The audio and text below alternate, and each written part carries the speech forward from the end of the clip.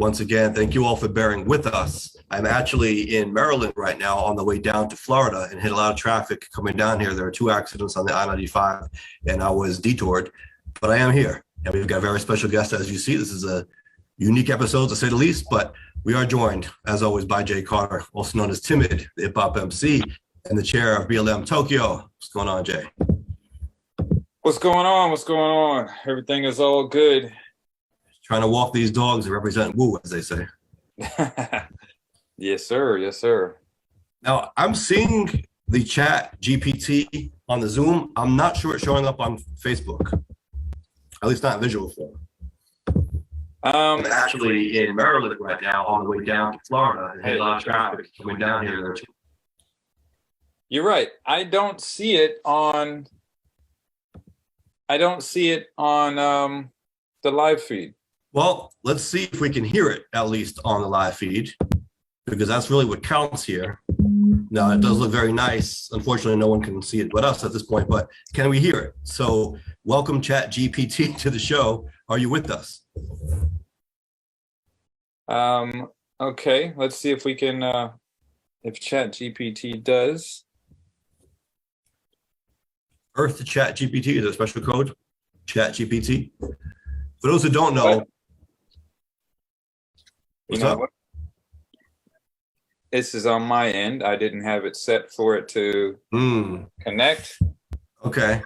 So while Jay works that out, I will set this up to the best of my ability. So a few weeks ago, we discussed the possibility of AI, artificial intelligence, taking over the world, right? It's something that you hear and you see in movies and that kind of thing, but it's becoming more and more a concern as AI is becoming more powerful. And yes, computers are increasingly taking people's jobs. That's been a concern. We'll talk about that. And so we actually wanted to get a robot to come on the show here as a guest and speak to it, interact with it, and kind of learn from it. And we're trying to set this up right now. I know last night we were experimenting with it and it was up and running. So we want to make sure that it can be on this live stream. And if anyone has any questions for the robot, hopefully we'll be able to get them as well. All right. Well, here we go. Let's see. Introduce yourself.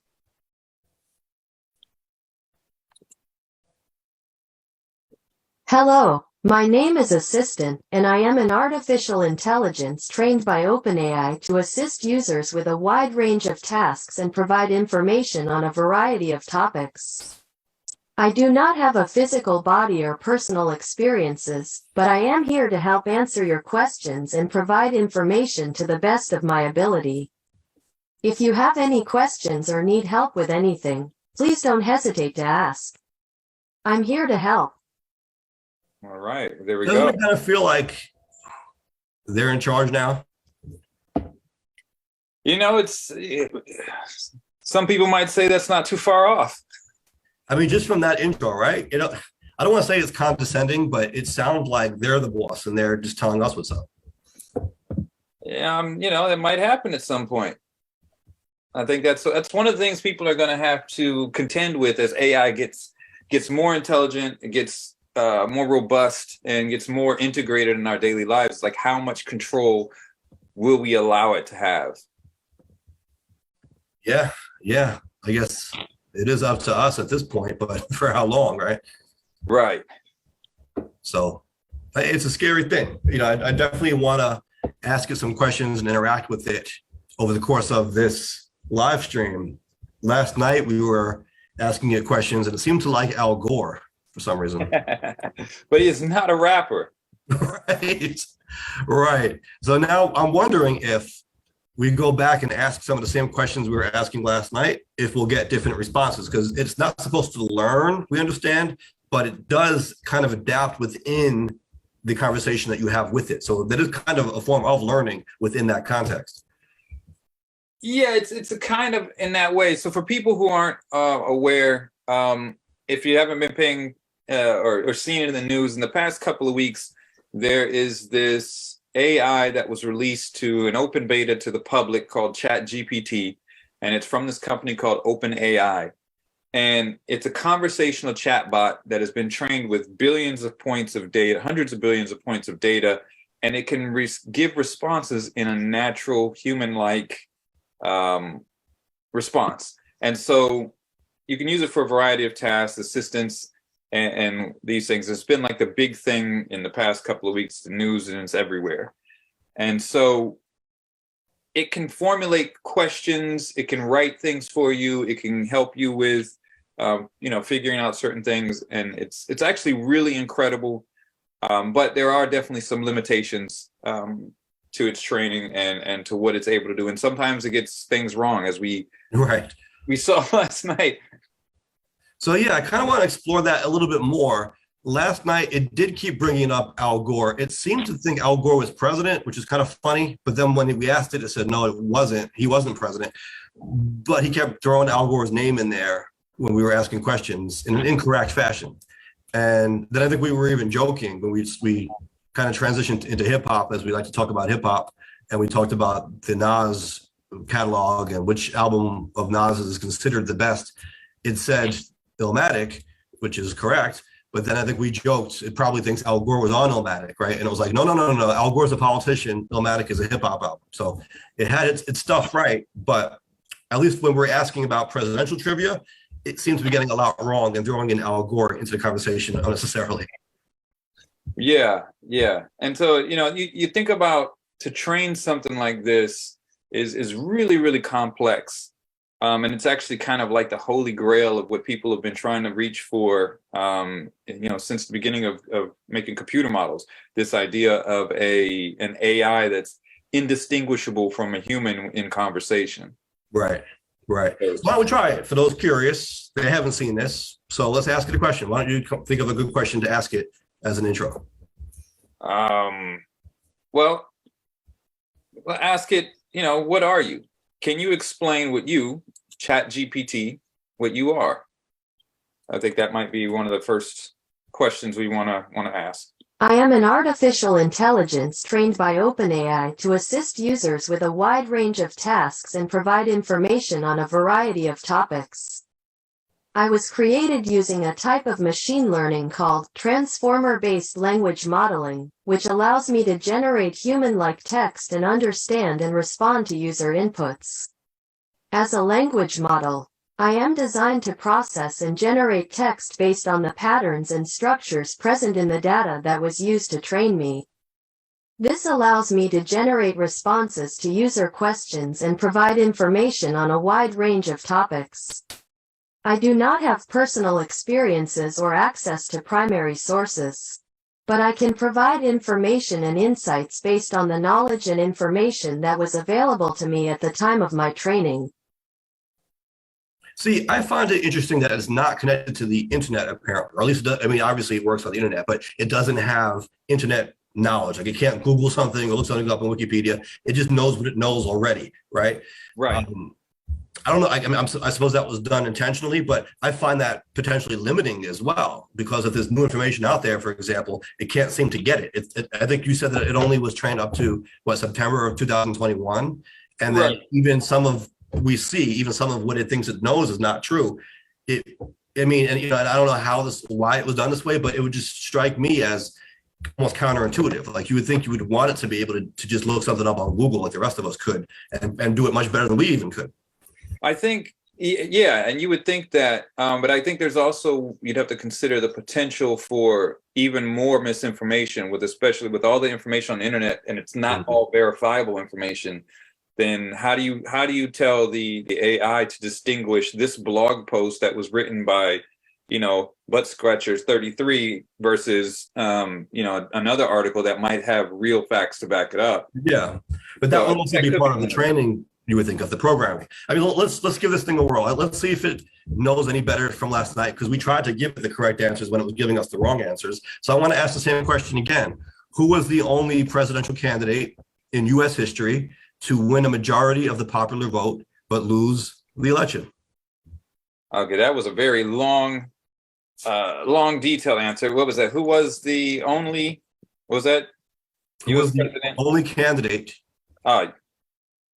in U.S. history, right, to win a majority? That's the key word. A majority of the popular vote, but still lose the election. Okay. Now, I put presidential candidate just to be clear. Okay. Now we what was only presidential candidate. Yeah. And we asked this question last night, Yes. and it gave completely wrong answer. Right. And even when challenged on it. So let's see what answer it gives. I did say, yes, you are correct when we corrected it. So now I want to see where it's at. Right. Well, it's not going to. I'm not in the same field as last night, Okay. so I don't know if it's gonna. It's gonna probably give. The only presidential candidate in U.S. history to win a majority of the popular vote but still lose the election was Al Gore in the 2000 presidential election. Gore, the Democratic nominee and incumbent vice president, won the popular vote by a margin of more than 500,000 votes, but he lost the election to Republican nominee George W. Bush in the Electoral College. The outcome of the 2000 presidential election was controversial and was ultimately decided by a Supreme Court ruling in Bush versus Gore.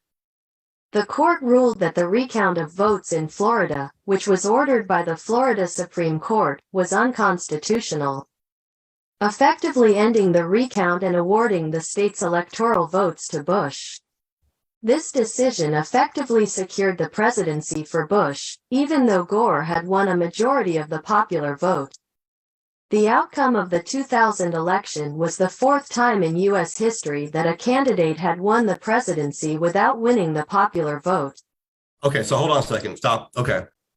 I was laughing because I don't know if we got that exact answer last night. We asked a bunch of questions and Al Gore kept coming up. So it's funny that Al Gore came up again. I'm almost wondering if Al Gore did invent the internet or at least this chatbot. But if you notice something there, it contradicted itself at the end, right? Because it started off by saying Al Gore was the only candidate to win a majority. And by the way, that's not true. Because when we say majority, we're talking about 50+%. Al Gore did not win 50+%. He did win the popular vote. And so all the information that it gave there was true, except it was not the answer to the question that we asked. And it did contradict itself because at the end it said it happened other times.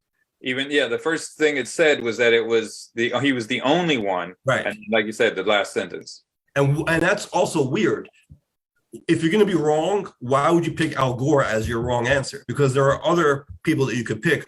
For example, Hillary Clinton. Other people won the popular vote, not a majority of it, but they won the popular vote and still lost the presidency. So why Al Gore?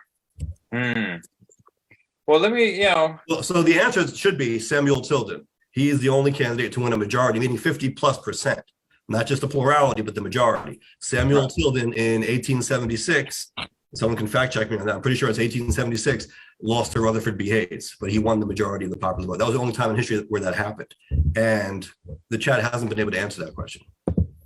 Right. So I asked who were the other four candidates, because it said, what is it? Oh, this was the fourth time in history. So that means according to this, there were three other candidates.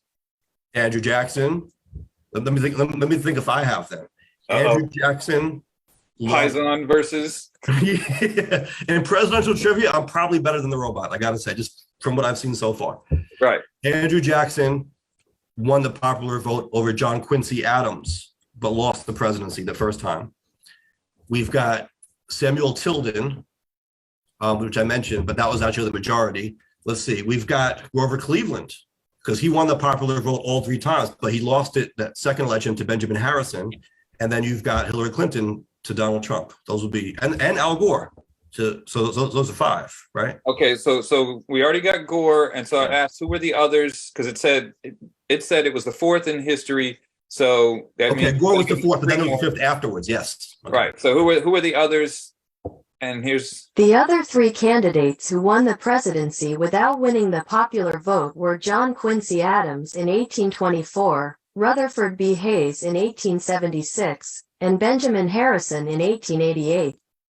In the election of 1824, John Quincy Adams won the presidency despite receiving fewer electoral votes and fewer popular votes than Andrew Jackson. That's right. This was due to the fact that no candidate received a majority of the electoral votes, and the decision was left to the House of Representatives. The House ultimately chose Adams over Jackson. Despite the fact that Jackson had won a larger share of the popular vote, Okay, so In the election of 1876, Rutherford B. Hayes won the presidency despite losing the popular vote to his opponent, Samuel J. Tilden. The outcome of the election was disputed, with both sides claiming victory in several states. The dispute was ultimately resolved by a special commission appointed by Congress, which awarded the disputed electoral votes to Hayes. This gave him a narrow victory in the Electoral College, even though he had lost the popular vote. In the election of 1888, Benjamin Harrison won the presidency despite receiving fewer popular votes than his opponent, This is Grover all correct. Cleveland. I mean, this information is right. Cleveland won the popular vote by a margin of about 90,000 votes. But Harrison won the Electoral College by a margin of 233 to 168. This was the first time in U.S. history that a presidential candidate had won a majority of the electoral votes but lost the popular vote. It is important to note that the United States uses an electoral college system to determine the outcome of presidential elections. Under this system, each state is allocated a certain number of electoral votes based on its population, and the candidate who wins the most electoral votes is declared the winner of the election, regardless of the outcome of the popular vote. As a result, it is possible for a candidate to win the presidency without winning a majority of the popular vote. say what?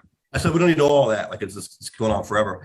But all the information that was given, I mean, as far as I heard, was correct. So it's not like it's telling us things that aren't true, but sometimes it doesn't give the right answer to the question. And then sometimes it says things that are weird, like the Al Gore thing. Like the Al Gore information was correct, but why did it incorrectly choose Al Gore as the answer to that question when that same, like the wrong answer could have given Hillary is the wrong answer. And I don't know why it acts like Hillary didn't happen when if it's trained up until 2021, why is it saying Al Gore was the last time this happened? So a lot of people are some trying weird things happening here. A lot of people are trying to forget that Hillary happened. You know, Yeah, apparently James in the chat asks Hillary didn't win a majority. No, she did not. She won the plurality. She won 48.2% to Trump's 46.1% in 2016. But Tilden was the only one who won the outright majority, which would have been 50.9%. And that was something I got confused also last night. Remember, it thought that Hillary got 50.9%. no, it was Gore. Oh, Gore. That's always Gore. Gore 50.9%. Bush. Yeah. Yeah, that's right. That's right. It was always Gore. Right. This bot is wrong sometimes, but when it's wrong, it loves to be wrong about Al Gore for some reason. Yeah. And to be fair, it does say that, you know, that some of the information may be incorrect. And this is still beta. This is still being tested out. It's been rolling around about 2 weeks in the state. So there's going to be some information that's wrong. What is really impressive to me is how it formulates these sentences. And these are very natural and human-like sentences, and not just the sentences, but the responses, the full paragraphs, and the whole content that it produces. Pretty impressive, in my opinion. And was this the one that created the bio for me? Was that another app? That was another one. Okay. So there are several different AIs out there. Right now, this is probably the one that's the most popular. There's another one out there called ChatSonic, which is under the WriteSonic website, writesonic.com. And that chatbot, which is similar, does have access to Google. But it's not, it's free to use, but you can only get 25 queries a day with it. And right now, this one seems to be, there's much more. There is a limit if you go like ridiculously crazy. And right now it's free and free beta, and I'm sure that's not going to last forever because it does cost a considerable amount for this processing power to go through. George GPT, who made the documentary An Inconvenient Truth? Oh, that's an interesting question. I'm sure it would know that since I don't know. Let's see. It should know it because it's got its favorite response. It plays favorites. It'd be funny if it didn't mention Gore at all. Right. So I was gonna say George W. Bush made it. Yeah. So who made the documentary An Inconvenient Truth? An Inconvenient Truth is a 2006 documentary film about climate change that was produced and directed by Davis Guggenheim. The film is based on a slideshow presentation about climate change that was given by former Vice President Al Gore, who is also the narrator and central character of the film. I think I just like An saying Al Gore. Inconvenient Truth was released in 2006 and was a commercial and critical success, winning 2 Academy Awards and several other awards. It is widely regarded as one of the most influential documentaries about climate change, and it has played a significant role in raising awareness about the issue. I haven't seen that documentary, by the way. I've seen it. It's good. Have you noticed that it just says Al Gore? Like maybe it's in love with Al Gore. Well, they say Al Gore invented the internet, so Right. So maybe that's true. Daniel in the chat says I usually have to provide it background first, so I guess that is helpful. Right. Yeah. So sometimes you can add, instead of just a blatant question, you can give it some more parameters in that question, and that would also help to make the answer a little bit more correct, because then it knows kind of what it is. Like, give a few extra parameters in there, So that makes that does help it a lot as well. So it sounds like Daniel's also messed around with Chat GPT, and yes.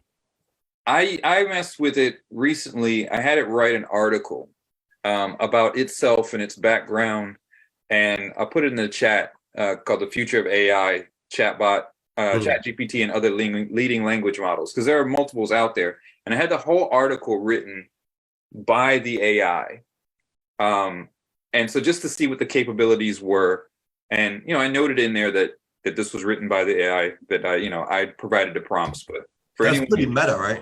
That's crazy. Right. So I put it in the chat. It's on the Indie Pundit website for anyone interested in reading it. But I thought that was it's pretty crazy in that regard. Yeah. It's wild to me. And James in the chat was asking, if it's not connected to the internet, how does it know all stuff? Like it just had to be programmed. So this is just in its software, essentially. Right. So this was pre-trained by the programmers and the developers, and they input all of this data to create the data set that it has. And according to Chat GPT, and especially in that article that I wrote, the previous iteration was based off of the GPT-2 model, which had about 1 point something billion points of data or something like that. And this one is significantly bigger. It's based off the GPT-3 model at about, I think it was like 174 billion different points or something. So it's significantly bigger. The other one could be run on a local machine, whereas this requires some cloud computing power. Right. So taking up a lot of processing space and energy, right? Right. So it's not going to be free forever, but yeah. Lixa says, I don't know, I smell Skynet. So you know what? That's a concern. So if in the news recently, there's been a lot of people talking about the potential for stuff like this. So if you're a copywriter, for example, you could just say, spit out a copy about this product and give it some parameters, and it's going to write you an SEO optimized product description. There was a lawyer on TV talking about how he told it to write this contract, and it spit out the contract in legal language. There's been university professors that are talking about the concern for students to just have their papers being written by this AI, much like I did the article. Yeah. And, so there is some concern. Maybe not Skynet. You need to check it though. Otherwise, it's going to say Al Gore conquered Greece or whatever. Like it's going to have some stuff in there that's not true. And it wasn't this one, but a similar app that you use to generate a bio for me. It has some good stuff in there, but it also had information that was blatantly not true. Right. And I don't want to end up George Santos myself. Right. No, you definitely don't want to do that. Right.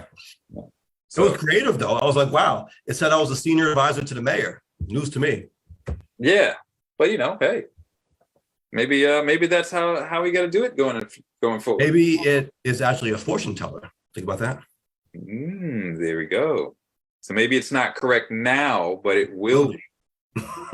So at some point, Al Gore will fit that role. Yeah. Al Gore is going to have a co-executive production credit on Nas's next album. It looks like Jeremy's making a prediction. He put Gore 2000 and 2024.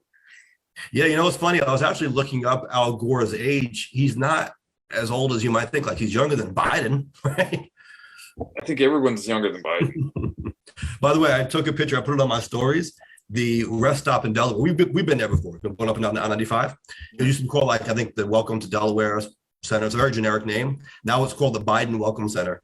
And they're very proud of it. There's a big sign saying, "Welcome to Delaware, home of U.S. President Joe Biden." And it's got Biden everywhere on there now. And is that the one we saw? Like that before. While someone is still in office, right? They're naming the rest stop after them. It's cool, because who else are you going to do it? My joke was, it's either going to be Biden or the Aubrey Plaza, right? Who else from Delaware are you going to pick? So that's cool, but I never saw that before. Biden or who? Aubrey Plaza, the actress.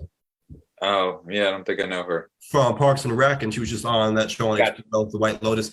She actually said, I guess this is true, but I saw an interview with her once where she said that, and this is pre-Biden becoming president, so this is going back a few years, but she said that there was a survey or some kind of list of most famous people from Delaware. She was number one. Joe Biden was number two. Was that the rest stop where we saw Wycliffe? No, that was in New Jersey, I think. Okay. Yeah. So I wanted to mention, oh, by the way, Lixa said that I'm looking tan. I'm not in Florida yet. I'm still in Maryland. So I don't have any tan from the Florida sun. I'm from tans from New York or being on the I-95 in traffic all day. I don't know. Yeah, or the lighting. It's got to be the lighting. It's probably the lighting or the sweater. Or wait, you did drive through Jersey. So, there's a lot of the spray tan going on. I was going to say, yeah, suntan beds. What am I getting? Yeah. But anyway, I wanted to mention this because this letter just came in the mail. I just got it yesterday, which I was not expecting to receive this at all. This is from the Speaker of the Council, Adrienne Adams. You know her. I mean, you met her back in 2012 before she was anything. She was running for chair of the CB, and actually she lost the first time she ran. Right. But yeah, I wanted to mention this, not just from her. I got two. Here you go. I got one from Senator Sanders, two certificates of recognition here. One from Senator Sanders, who, by the way, I do see watches the clip sometimes. So thank you, Senator, for checking this out. What's up? He presented me a certificate of recognition. I never really get anything like this, Jay. This is, very humbling to receive something like this, an award from your senator. No, that's awesome, though. Here's another one from Senator Joe Dabo. So we have our two senators locally in South Queens presenting me certificates of recognition. And just out of the blue, huh? Yeah, I wasn't expecting it. It is my honor as a duly elected member of the New York State Senate to recognize this outstanding business talking about my law practice, one who is worthy of the esteem of both the community and the great state of New York. So this comes from my work with the Lions Club in Ozone Park, and we just did the gala. And actually, I shouldn't just say Ozone Park. It was centered in Ozone Park because it was the first ever Ozone Park Awards.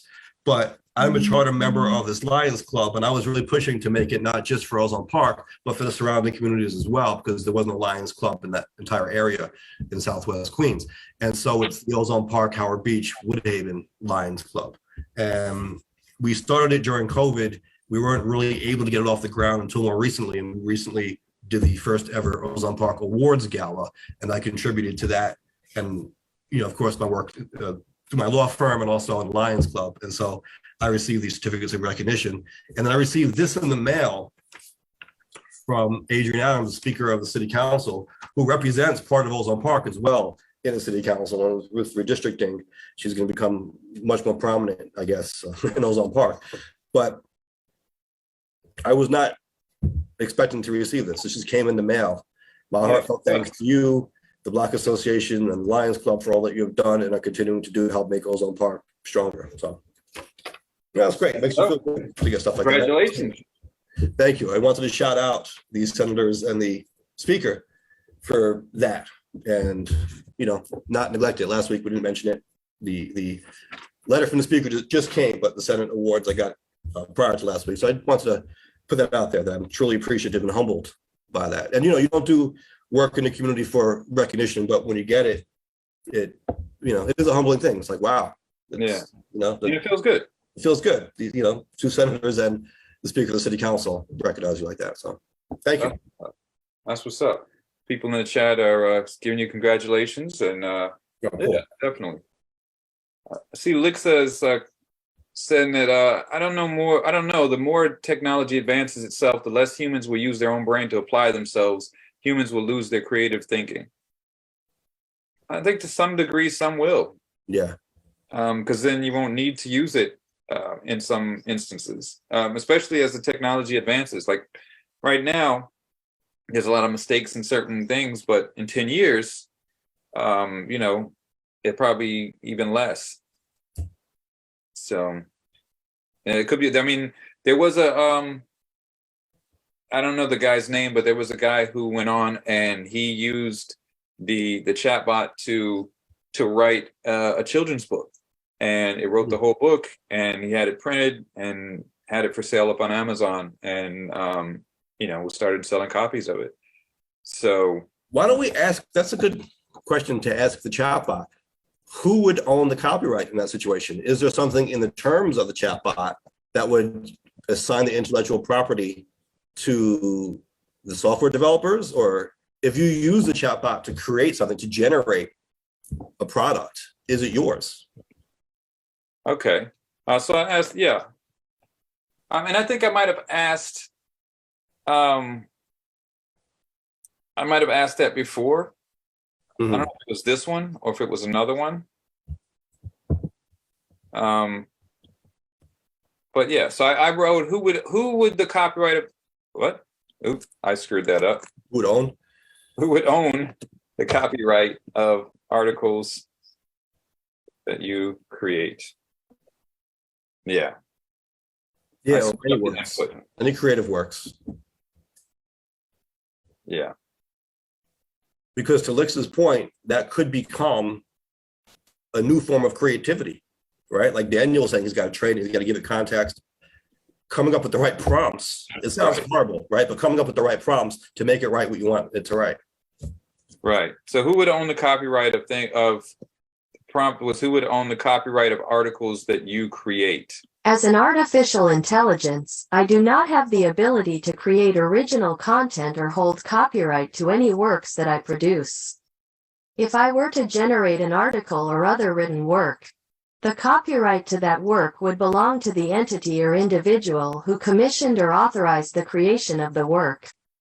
In general, copyright law provides protection for original works of authorship, such as literature, music, and art, and gives the copyright owner the exclusive right to reproduce, distribute, and sell the work. As a lawyer now, though, I'm going to say that was a little bit vague, because it says that it goes to the person who commissioned or generated the work. Is that the person who wrote the prompt? I know that the bot itself can't own copyright, but what about the creators of the software? Okay. So how would I ask that? Let's see. Would I own the copyright? Or would your creators? Yeah. You could say, would I personally own the copyright to works that you generate? Right. I think it's, let's see. The response, it's another pretty verbose response here.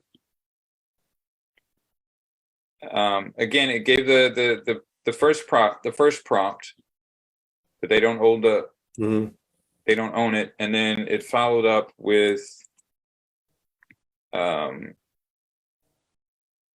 let's see.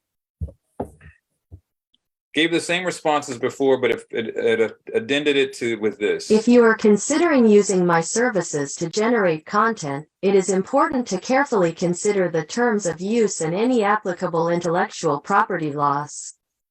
If you have any specific questions or concerns about copyright or intellectual property, I recommend consulting with a legal professional or seeking the advice of an expert in these areas. Did you catch that again? That ambiguity in there? You have to look at the terms of use. Right. So it's not committing to an answer, Right. right? It's saying, read your damn contract. Well, there's probably a lawyer involved in crafting the output of the language here. Right. Right. It's very specific in some of the things it says. It's being slick, right? Right. It's saying something that makes you go, oh, okay, thanks for the answer. And then you but you didn't answer the question at all.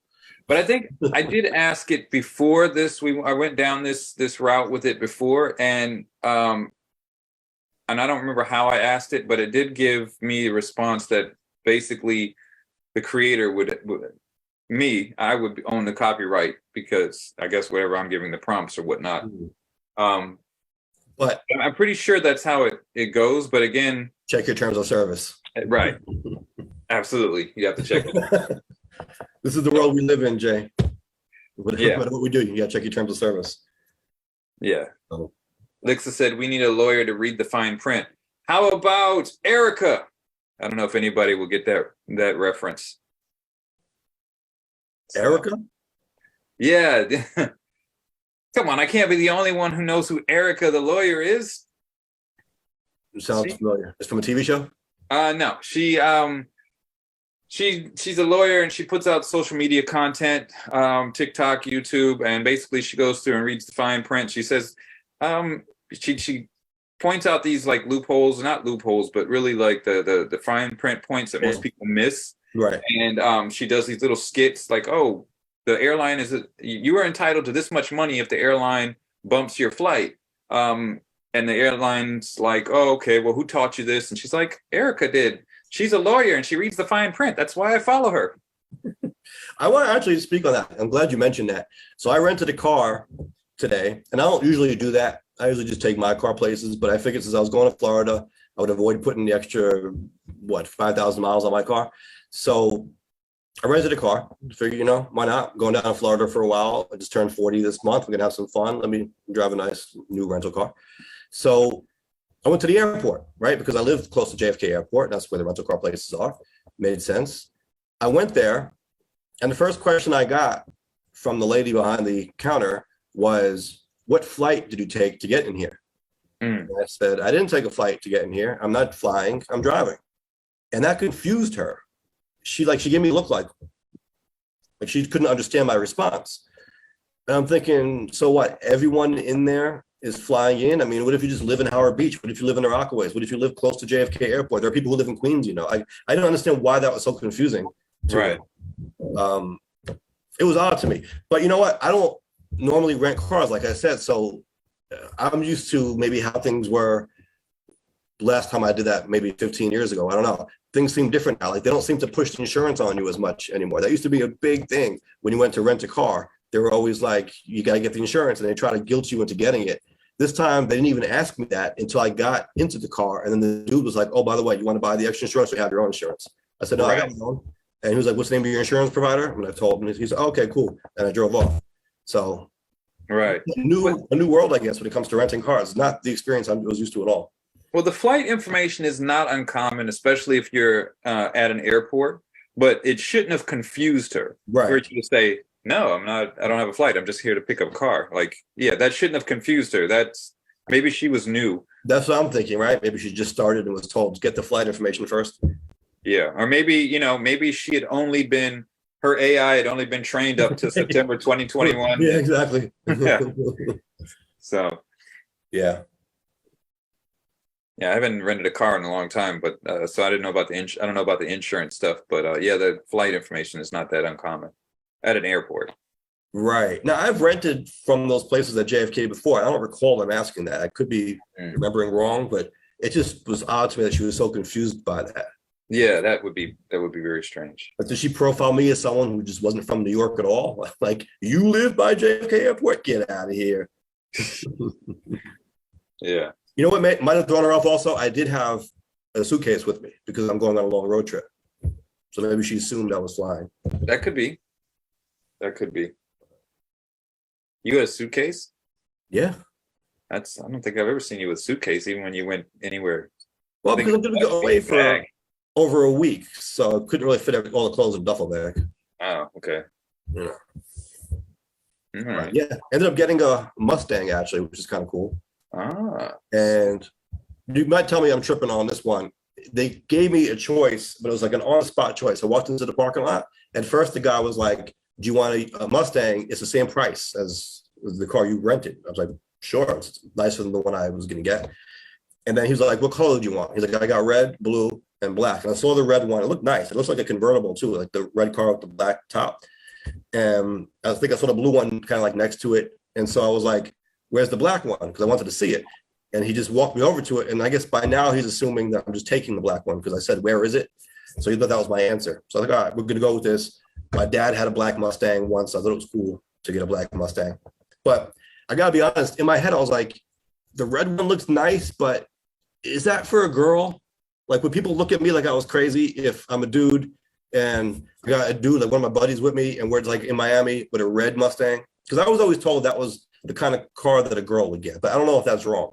No. Now if it were pink, that might be different. But Right. a red Mustang, no. Okay. I've never heard anything about a red car being for girls or anything like that. No. Okay, yeah. Maybe I was confusing it with like a pink Cadillac or something like that. Pink Cadillac, yeah. Well, pink Cadillac even wouldn't be for girls. That was famously what Elvis had. But a pink in general, but red Mustang for a dude. I mean, just a Mustang in general is always thought of like That is true. this guy's car. This Color doesn't matter car. because it's a Mustang. Yeah. So I mean, it doesn't matter either way. I was just kind of being silly, but that was kind of a thought because it was like a split second decision. I didn't really have time to think it over because I didn't even know I was getting the Mustang, right? So he's like, "What color do you want?" I was like, "Oh, I don't know, the black one," like right. And then afterward, I was thinking like, "But that red one did look nice. Like, would that have been okay if I got that one?" Yeah. Yeah, it would have been fine. There wouldn't have been any problems whatsoever. But no, my dad though, he did have a black Mustang. I think it was a '92 Mustang convertible, if I remember correctly. And so I kind of felt like, I don't know, one with my dad again in that black Mustang. Oh, that's what's up. Yeah. Mustangs are some nice cars. So Yeah. classic. Definitely drives nice. So glad we got that. I think I've rented one once. A Mustang? Yeah. Okay.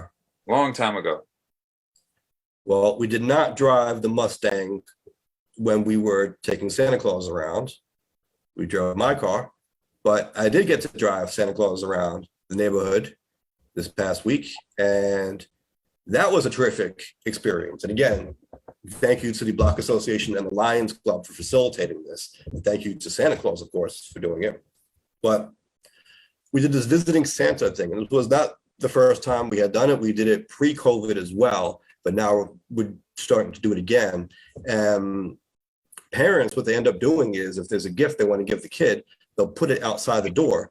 And this way Santa Claus comes in with that gift and the kid loves it, right? They're like, wow, Santa is here. This is just what I wanted. This is amazing. And they take pictures with Santa and it's a great experience.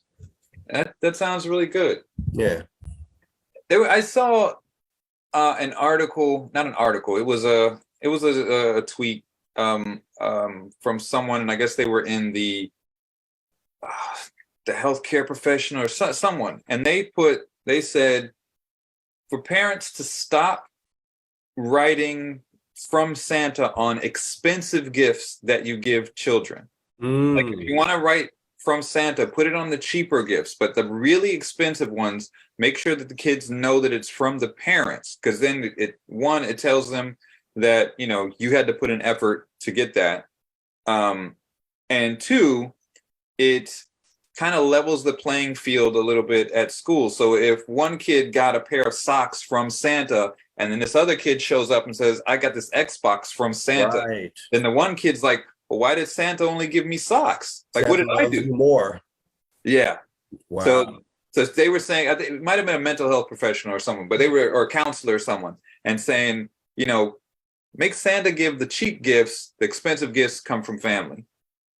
So I don't know what people think about that That's idea. also a relative scale, right? Like if you're a wealthy family, what's a cheap gift? It still might be a much more expensive gift than the kid in public Right. school is getting. Right. Yeah. So and I hadn't thought about it that way, and I get what where they're coming from. But on the other hand, I don't know. I guess Well, I could make some kids feel a certain way, like, you know, what did I do? Why does Santa hate me? yeah. Are they thinking that deeply into it though? Because I wasn't when I was a kid. I Mm. never thought that.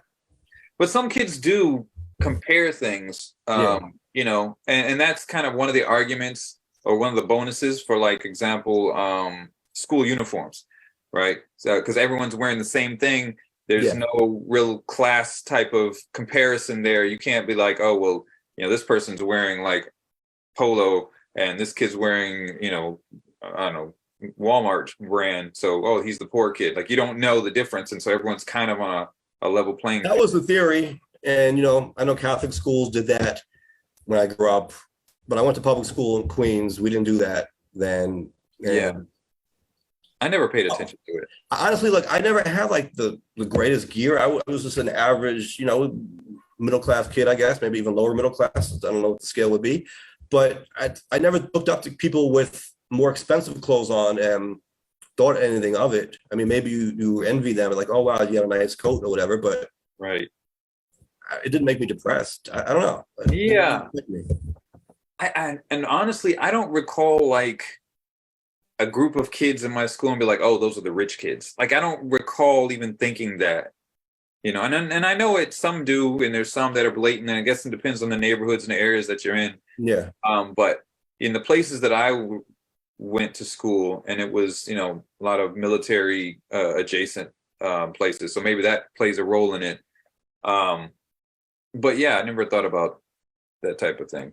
I also didn't like the idea of everyone having to be in a uniform because No. that reminded me of the space age, right? Like stuff like Star Trek, stuff you see on TV, like Robot World. Like basically, you're removing people's creativity. You're homogenizing everyone, right? It's Their individuality. taking away individuality, right? And I thought that you should be able to express yourself the way you wanted. I remember even in high school, I used to dress kind of hip hop, I guess. Right. And a teacher of mine said that made me look dumb. He was a math teacher. I remember this. And I was really good at AP calculus. And he was saying to me, he pulled me aside once and he was saying, you're so smart, you're like the top student in the class, but the way you dress makes you look dumb. And I had the self-awareness back then even to say, I'm showing you that this is not dumb because I'm smart. You're telling me I'm smart and you see me dressed like this. So that doesn't mean that I look dumb. I mean, it shouldn't mean that anyway. What that should mean to you is that people who dress like this aren't dumb. Right. Right. Lisa says, with uniforms, it's the other kids making fun of kids because they don't wear the name brand shoes. So that would be that. Yeah. So then you would see kids wearing all uniforms and someone's wearing like some $300 sneakers and someone else wearing Payless. And then, yeah, oh, you've got Payless shoes, which there's no problem with it. Is Payless still around? Yeah, but I guess it depends on the school. I don't recall anyone making fun of anyone where I went for not having the name brand. I don't either. But it did kind of like made me think, oh, she has an interesting point talking about, with Santa and the names and whatnot. Right. No, it is definitely interesting. But the point I was just getting at there with my story about the clothes was it's individuality. And that's a great thing. That's part of our expression. It's part of our actualization, I think. It's part of allowing us to be who we are, expressing ourselves through fashion or through whatever creative outlet we want. I don't think we take that away from our right. Yeah. Well, in Japan, all the schools are have uniforms, and and they're quite expensive. But it's just a standard. Like, I didn't grow up in schools that wore uniforms, so I couldn't imagine having to do that. I mean, I guess I could, but it just would feel a little weird because it's not what I had to go through. Right. So, I guess it would be easier on the parents' pockets. You got one or two uniforms and that's it. Maybe. So it's you said they're expensive and oh, they are. They're expensive than the clothes that they're buying for the kids. They're pretty expensive, but it does cut down on like coming back from Christmas break when everyone shows up. Oh, what did you get? What did you get? Like your new outfit type of thing. And if you didn't get new Christmas clothes, then some people could feel a certain way. Because Santa didn't like you. Yeah, but I don't know. I guess I would like to see maybe data or studies on this, because it hasn't ever been my experience. It sounds like it's feasible on paper, but is this a reason? I mean, I don't know. Is this a reason just to have Santa not give gifts, or to have everyone in the same outfit every day? Are people, are kids just happy that Santa got them something? I don't know. Like, here's an interesting story, and I thought it was really adorable. It was several years back, and I was teaching at the school, and I dressed up as Santa that year. I had my backpack underneath my Santa thing to give me a stomach, and I had the white beard and everything, and we were doing an event for the kids. And there was a little girl, adorable little girl. She had to be like, I don't know, 4 years old or something. And this would have been her first time seeing Santa or anything. But she knew about a little bit. It's kids know who Santa is. It's not really a big Christmas thing, but they know who Santa is. And so, like, the way her face just lit up seeing Santa, and we took pictures together. And then her mother had come back afterwards and said that when the girl went home, she went and told all her relatives that, she was just so happy and proud that she met Santa. But she made a point to tell everyone that she met Santa in the red suit, because apparently her teacher had told her that Santa in the red suit meant that you were a good kid, but Santa wearing the black suit meant that you were a bad kid. I got the wrong color Mustang. You didn't have the Mustang in the red suit, so you're a bad kid. I could have gotten the red. I chose the black. That means I'm a bad kid. Apparently. So I'd never heard that before. But does that mean I'm the Santa now who's going to see the bad kids? Maybe you're the Santa. So the kids that watch you drive by, they can be like, hey, I saw the guy in the red Mustang, so I must be a good kid. Wow. Yeah. That sounds racist to me, not even being funny. Like the psychological effect of black being associated with bad. Yeah, I've never heard of Santa wearing a black suit, so I don't know where that came from, but that was what her teacher had said. So, Chat GPT, can you tell us about Santa in the black suit? Oh, I wonder if there is. I never heard of this. Yeah, let's see if Chat GPT knows anything about Santa in a black suit. I mean, I know about Santa in blackface, but Jeez. Yeah, that's the Dutch. It is not clear what you are asking about, Santa in the black suit.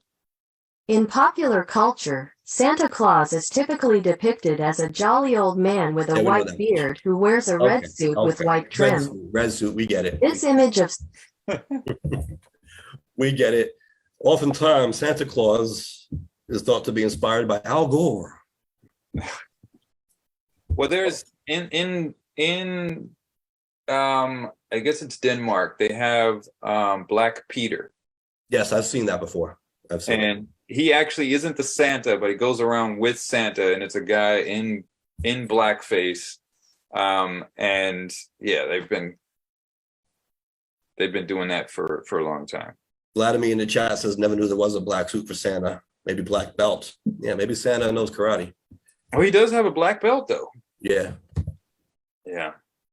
And look, I'm just thinking about this whole idea of different values of the gifts. I think it's all relative. Like, even thinking back to when I grew up as a kid, I never thought that my house was small or big. Like, it was just all I knew. I didn't have anything to compare it to because it was all I had. So even if my friends had other places, and this is just how I thought, maybe other kids think differently, but I never thought that mine was any lesser or greater than theirs. It was just my life. Like, this is what we had. I never thought like I have more toys than most, or fewer toys than other people. I have what I have. It's just, Right. that was just my perspective. I thought what I had was normal, you know? Lixa says, no black suit Santa, green, yes. The red suit started as a Coca-Cola promotion. Santa was originally green in honor of Saint Nick. So, Right. yeah, I knew. I'm thinking also to the visiting Santa, most of the gifts were gifts that the children asked for. And I'm sure people do ask above their parents' means, because like maybe, you know, especially nowadays, if everyone's red Mustang iPhone or something, and maybe their parents can't afford that. But from what I saw, we went to many houses in the communities, kids were getting gifts that it seemed like they wanted. They were happy to get. They probably asked Santa for them. I think, like I said, it's a relative scale. They kind of know what their parents or what they're able to get if they don't know it's from their parents. Like, they just know, like, this is our realm. This is the reality that we live in. So if the parents didn't have a lot of money, at least in my experience, I wasn't seeing them asking for things or expecting things that were like extravagant if it wasn't a wealthier family. Like, it seemed like they seemed to understand, like, this is the kind of toy I always get, so I'm going to get a similar toy this year, you know? Yeah, I think that would probably depend individually and on your age. Like, me being the older sibling, I was aware of that, what you're talking about, like, you know, what my parents were making, the lifestyle we were in, what could be afforded, whatnot. I never asked for anything extravagant. You know, my sister was oblivious to stuff being younger. You know, even in school, like, I didn't ask for a class ring, because I'm like, that's very expensive. You know, I didn't ask for other things like that. Yeah. Just because it's like, you know, that's too much money. Whereas my sister, not being as, I guess, maybe not paying attention to that or whatever. I don't know. But so I think it depends on the person. Yeah, I'm sure it does depend on the person and even the school, the friend, you know, the friend group, people that you're around, all that kind of stuff. Yeah. So interesting. So yeah. It seems like everyone should try to take the fun out of things too, though. That kind of bothers me, doesn't it? Like, yeah. Trying to like get rid of Santa Claus now. Yeah, I get that, and I struggle sometimes with some of this new thought. And I've said it before: is, you know, is it too much? Is it over the top? Is it overly politically correct on certain things, or is it the path for us to get to right the type of utopia that we've all been hoping for? And I think I even put it in some lyrics too. The type of utopia where Chat GPT is in charge. Yeah, like, you know, I struggle going back and forth, like, you're too soft, or maybe we were just in the wrong in the first place. I think the answer often lies in the middle of those. In the nuance? Yeah, I think so. I think so. So I wanted to talk about, I don't know why I want to bring it up on this show, but the Nas Masterclass. I did want to mention that because I watched it and I was very fascinated by the entire thing. And it's not just Nas. I mean, I know you can make fun of me for being a Nas stan or whatever. He has a masterclass, so I wanted to watch it, but I was checking out different masterclasses, and the main takeaway I have so far is that it's kind of disappointing that there's no real secret to any of these things, right? So like, these are people who are considered masters at their field and, you know, their craft, whatever it is, and they're trying to teach you how to be as great as them, essentially, which is fun content to watch. But what I'm getting from it is, yeah, it just takes a lot of practice and being good. So there's no secret sauce to any of this. And so you watch it and you're like, okay, like, Nas is not doing anything different from what we would do. He's just really, really, really good at it. You know? Right. And, you know, circumstances and hustle and all of that, you know. Yeah. But I mean, I guess it would depend too, right? Depending on what the field is and who you're talking to. Yeah, I'm sure. And I was a little bit disappointed in the format of it. And I don't know if all of the master classes are done this way or just his. I didn't watch a whole lot of it yet. Like I said, just looked at a couple of them. But it seemed like it was more of an interview, but they didn't make it look like an interview. They made it look like he was teaching a lesson. but it wasn't really that. So I guess I was expecting it to be more of like a class where they're like a professor, like a guest professor coming in, giving you lessons, giving you assignments, giving you different things. There wasn't a whole lot of that. It was more like it seemed to me like they were asking questions, and then like in Nas's case, he would just answer them. And then one big clue is after he would say something, he would go like this. Like, in other words, my answer is done. You know, Right. an interview, right? Like when you ask a question and they go like this, like, okay, my answer is, you can ask your next question now, right? That's you would get that a lot. And so you can tell someone was sitting there asking him a lot of questions, and then they just chopped it up to make it look like he was coming up with all this on his own, but he was being prompted. Why didn't they chop off the head nod part? I mean, I don't know, because maybe it looks good to not have someone just sitting there still. So there's some movement. Or just be like, hey, stop head nodding, dude. We're recording. Let me see what's going And that on. might be something really subtle that I pick up on because I've been involved in media, and I know when people are being interviewed, they do that thing. Maybe most people wouldn't even pick up on that. But it just, again, it was like another reminder to me that this wasn't someone sitting there coming up with lesson plans. This is someone kind of just being asked about his process and him explaining it. Now, with that said, it was damn interesting to see, right? Because it took you into the studio even at one point, and you got to watch him make his song. And in fact, you can check out the song on YouTube. It's called Big Nas, so you can see the final product and listen to it. But on the masterclass, you can see him actually making it. And it was wild to me because it kind of reminded me of someone going from like 5 foot 1 year, and then suddenly like a year later they're 6 feet tall, but you never see them shoot up, right? Like it's so gradual that it's like all of a sudden you're like, how the hell did they get so tall? That's what was happening with the song, where when he started it, it wasn't good, but it wasn't supposed to be good. It was him just kind of like throwing ideas out, kind of freestyling over the beat. It was offbeat a lot. It didn't really rhyme that well. Like it was kind of like these ideas, but he was recording it. And then he would be like, you know what? Like maybe there's something in there. Let me go back and play with this a little bit. And right. And then so then he would record like a little bit more and a little bit more. And like you're watching it going like, this doesn't seem great. But then eventually it's like a finished song and it's great. And you're like, how did it get to that point? I've been watching it this whole time and it never seemed that great. It kind of started off kind of weak, but that was the intention though. It wasn't like he was whack. It was, he's kind of like throwing out some loose ideas and molding it into something very, very gradually. Yeah. You get that sometimes with, it's like, where's the rest of the process? Yeah. Sometimes that happens. It was like, it was like, how did this happen? How did we get to this point? It happens with, if you've ever watched, what's that one? Chat Roulette? Chat Roulette. I think it's is it Complex? I don't know which one, but they take a producer, say like Pete Rock, and they'll blindfold him inside a record store, and he picks 3 records, and they have to make a beat off it, and then they'll show him at first going through the records, and trying to find samples, and then next thing you know, like you've got the beat almost done. It's like, yeah, this is hot. I'm like, wait, what happened? No, right. But what I'm saying is you actually see the whole process. It's not like they're cutting things out.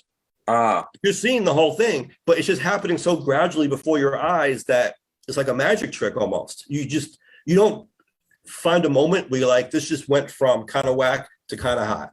It just all of a sudden is there, and you're like, how did it get there? Because he does it so slowly. Like we'll start off just freestyling something that doesn't probably even make sense, and it's all off beat. It's just a very like loose idea, and then like the next iteration of it is just a little bit better than that, and then just a little bit better than that. It's a little bit better than that. So it gets like so gradually better that you're not seeing when it like flips the switch into something great. It just eventually gets there before your eyes, and you never saw it coming. Yeah, interesting. I'll have to check it out. Yeah, definitely check it out. Well, we also have the poll from last week. Yes. So we want to go over our results, and there's a little bit of breaking news on that as well. Yeah. Right? So we were asking about George Santos, the congressman-elect, who allegedly lied about his background. And do we have to say allegedly? I'm a lawyer. Let's say allegedly. Because look, there are a lot of things here. It wasn't like 1 or 2 points. We're talking about a lot of different points. So let's just keep it general. But yeah, so the question was, do you think someone like that, someone who's caught lying about their background, should be allowed to take office even if they've won an election? And it is an interesting question because we kind of touched upon this last week in terms of the legality of it. It's not against the law to lie in a general sense, right? There are certain things you can't lie about, sure. But in a general sense, to lie about your qualifications in general, right? So if you've won an election, what should that remedy be? I mean, you can make the argument that the remedy should be next time. now that this has been exposed, next time they shouldn't be elected again, but that should be up to the people. Should there be some kind of legal mechanism or institutional mechanism that would prevent them from taking office, having been caught in the lie? Yeah. And so we did have the poll, but we put it out there very general. We didn't put his name in it, just to more get that idea of people answering without taking sides. Right.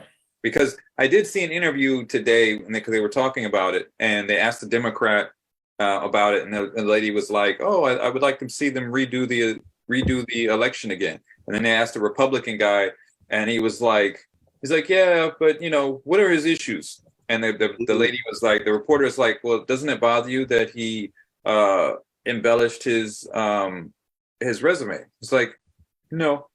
Really, no? He said blatantly, just no. These were two people they asked up in New York. Yeah, and you'll get that. And what I didn't like, you can make that argument though, that if somebody is okay with that, that's their prerogative. They can vote for someone who lies about their resume. Yeah, that doesn't sit right with me that they'd be sitting in Congress. But let's get to the poll results, and then we can go further into it. Okay. So I put this on my social media stories as per usual, and 83% of respondents said no, an individual like that should not be allowed to take office. 17% said yes.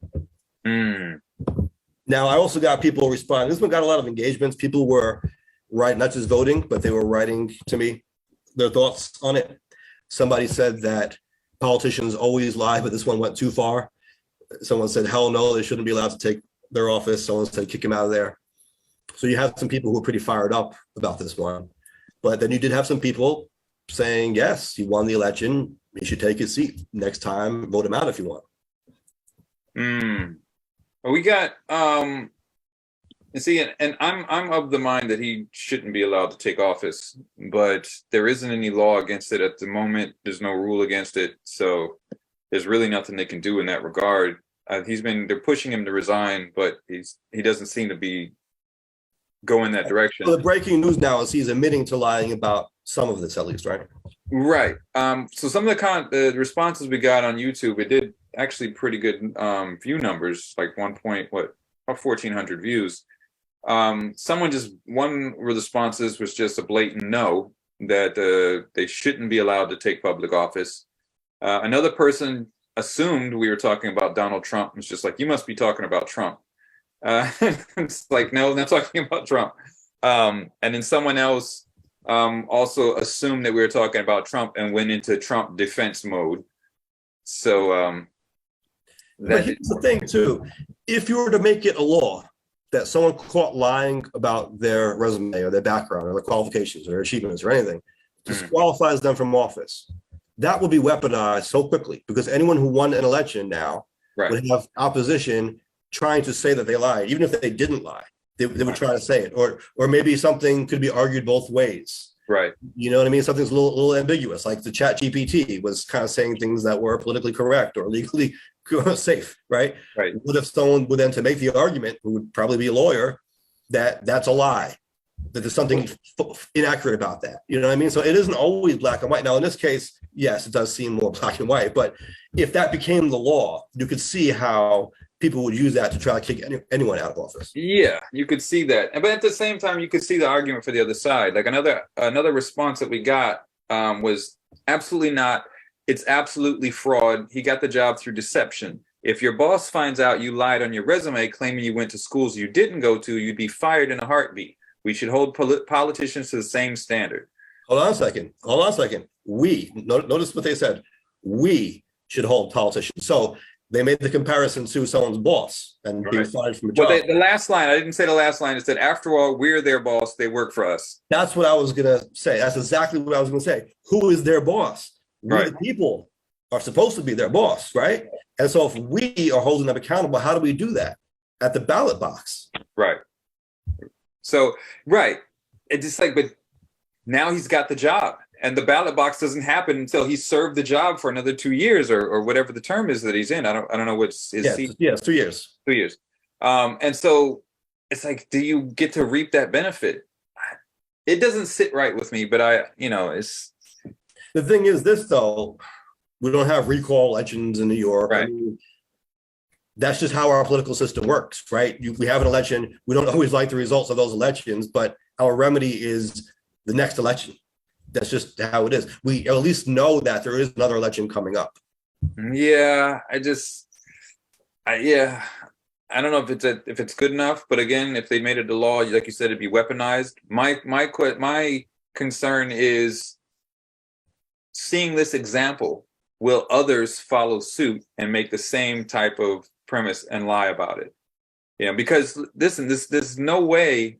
Well, my question is, how did the it's incumbent upon the people? Well, I don't know. Seemed like it froze up real quick, but go ahead. No, go ahead. You said, how do they? Right. How was this did not come out before he was elected, before the election? Now, is that a fault on the media for not reporting it? Did the opposition not know this data? Because I think there was some indication that they knew a little bit about it, but media didn't really pick it up, right, which would be a failure on the media's part to not put it out there. Like, hey, like this needs to be something. Yeah, I agree, but there's also this idea that he might not be a serious candidate or seen as a serious candidate, especially if it's a district that you expect, let's say, the Democrat to win. You don't think a Republican candidate is ever going to win. You don't know why the Republican is even running. Are they doing it just to call attention to themselves? Maybe promote their business? Like, what are they doing? What are they really up to? You might look at it, if you're the media, like, why are we giving attention to this person who's not really anybody we want to elevate to that level? They say there's no such thing as bad publicity. That's true to a certain degree. Now, obviously, in politics, it could educate the voter and maybe get them not to vote for you. So there's that too. But, there's also this notion that you might not want to elevate someone to that status where they're all in the media. And the opposition might not want that either. That's a strategy. That's a tactic that you use or don't use. I mean, maybe you do want to put them out front and center and highlight their negatives, or maybe you just want people not to see them at all. I wonder, did the opposition, did they put it out there? How hard did they put it out there that this guy was lying on his resume? They did put statements out, because I did see that on Twitter. Right. They were pointing out the fact that they called this guy a fraud. They did different things. But you know what? In a campaign, this is the other thing. Everything is so negative nowadays that this language is thrown around as a matter of course. And so how seriously do we take it? It's like crying wolf at this point. Right. And it have to be more blatant on it. Vladimir in the chat is asking, what did he lie about? So this is about Congressman-elect George Santos, who's going to be representing New York. He won the election, but it turns out he said that he graduated from NYU and Baruch College, said that he had degrees from both places. Both schools say that he never went to they didn't have any records of them. He also said that he worked directly for Citigroup and Goldman Sachs. And both of those firms said they had no record of him either. Now, this past couple days, he came out and had admitted that none of that was true. He admitted that he never worked directly for Citigroup or Goldman Sachs. As he suggested, he did say that he worked for them. He said he worked indirectly for them through his company, so it was a poor choice of words. And now regarding the college transcripts, he said that he didn't graduate from any college or university, even though he said that he got degrees from Baruch and NYU. So now he's admitting that he didn't do it, and matter of fact, he didn't even go to college. He didn't go to college at all. At all. Admitting that part was all blatantly a lie, or is he just trying to spin that and say that happened? Because my grandfather used to say that he went to Princeton, which wasn't a lie. He did see a baseball game there once. He didn't try to, at least in this statement that I read, he didn't try to spin it like that. He just said that he didn't go there. And he's trying to spin it saying like, look, I'm not a criminal here. I never committed any crimes. I'm not a fraud. He said, I'm not a criminal who defrauded the entire country or made up this fictional character and ran for Congress. I've been around a long time. I mean, a lot of people know me. They know who I am. They've done business dealings with me. I'm not going to make excuses for this, but a lot of people overstate their resumes or twist a little bit. I'm not saying I'm not guilty of that. But this is a little bit different. I'm not saying I'm not guilty. Okay. This is a little bit different than twisting your resume. Like, you said you had degrees from NYU and Baruch College, but you've never even graduated from college. Right. Very different. That's a big thing, especially when you're applying for Congress, right? Right. I wish Chat GPT was more updated in 2021, because I would love to ask Chat GPT, which school did George Santos go to? But he said he didn't go to school. I know, but I want to see if the AI was tricked, essentially. Like if that information is out there into the world to the point that our robots believe it.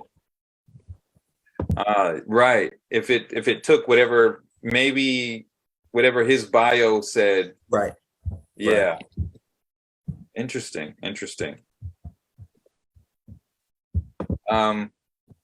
Yeah, it's not connected to the internet, but I do have Chat Sonic up, which Chat Sonic is another chat AI that does have connection to the internet.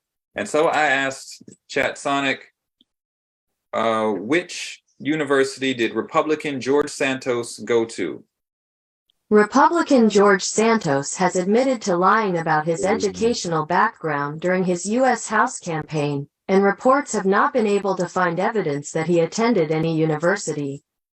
So Chat Sonic Pretty is good. on but The top of things. That's on point. yeah. I mean, and that's how he's branded now, right? Question: which school did he go to? Answer: he lies. That's what we just saw. Right. Right? So yeah, it's crazy. But that's interesting. Well, we live in. But the point I wanted to make a few minutes ago is you were asking if other people are going to follow suit now because they saw he won and he got away with it. Right. That's why it's so incumbent upon the people not to vote for him again, because we have to be the penalty here. Right. He's going to get to serve in Congress. It doesn't look like the Republican House is going to censure him in any way. I don't think he's going to get punished for lying. So the only remedy we have is to not vote for him again. That's all we could do. Right. And we have to do that. Otherwise, more people will feel empowered to do it. Right. Yeah, absolutely. It was another thing that he supposedly, it was in the news. Apparently, some people also thought that he implied that he was Jewish when he is in fact Catholic.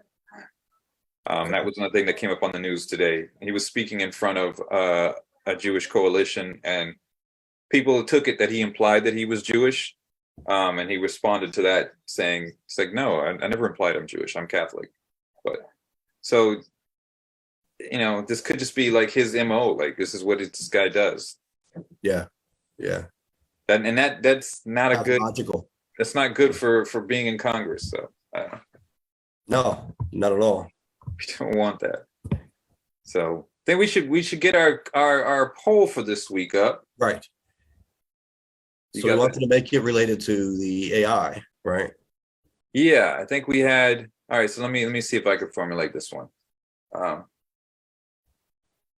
With the rise of chatbots like Chat GPT, are you concerned that AI can replace you in your job?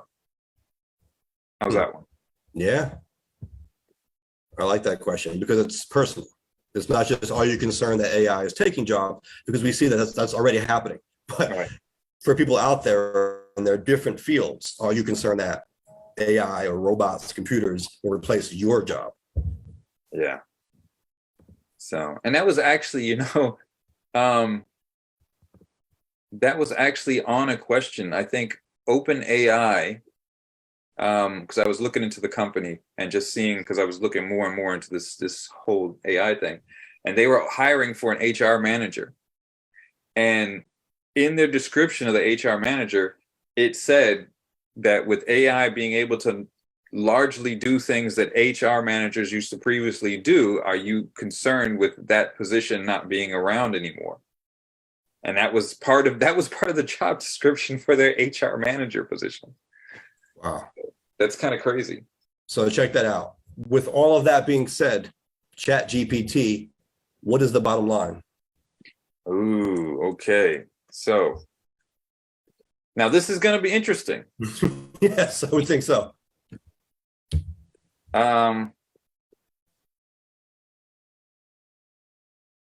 Uh-oh. Maybe the connection timed out. Wake up, Chat GPT. Al Gore. Let's put it this way. With everything said in this chat in the past hour, what is the bottom line? Because it's a long chat. Yeah. You might take some stuff from, a couple of days ago. Okay.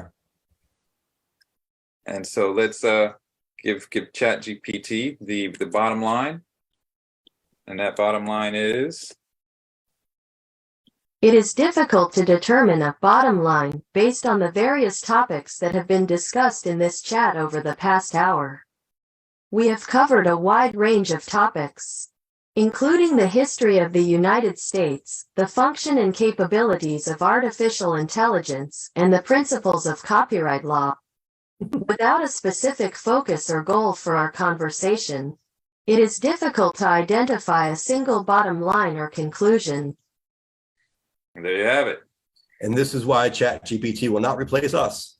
I like it though. It was paying attention. I like that they gave a synopsis of the episode essentially. Right, and that's, to me, that's very impressive. It is. Interesting stuff. So thank you for joining us, Chat GPT. Thank you for joining us, everyone. As always, as I am in the middle of my journey to Florida, just gonna hang out there for the next week or so. Hopefully not get into too much trouble, right? Try not to. Yeah. Thanks everyone in the chat for joining us. Yes, as always, shout out to Paul Trust us on there. Yeah. Don't forget, head over to YouTube, look up Nuance Show on YouTube, subscribe over there, check out the replays. If you have questions or comments, you can leave them in the comment section there. Also, for podcast listeners, you can get this forwarded straight to your podcast. Right, Nuance Show. Say what? It sounded like you cut out for a second, at least on my end. It's Nuance Show, right? Right, Nuance Show on YouTube. Go there, comment, subscribe, all that. For your podcasts, look it up, Nuance with Mike Scala and Jay Carter. You can get it forwarded directly to your phone every week. And yeah, join us here on Tuesdays. Yes, I'm back on the road, but as always, we've got work to do. Thank you all. Happy New Year, too. Oh, yeah, Happy New Year.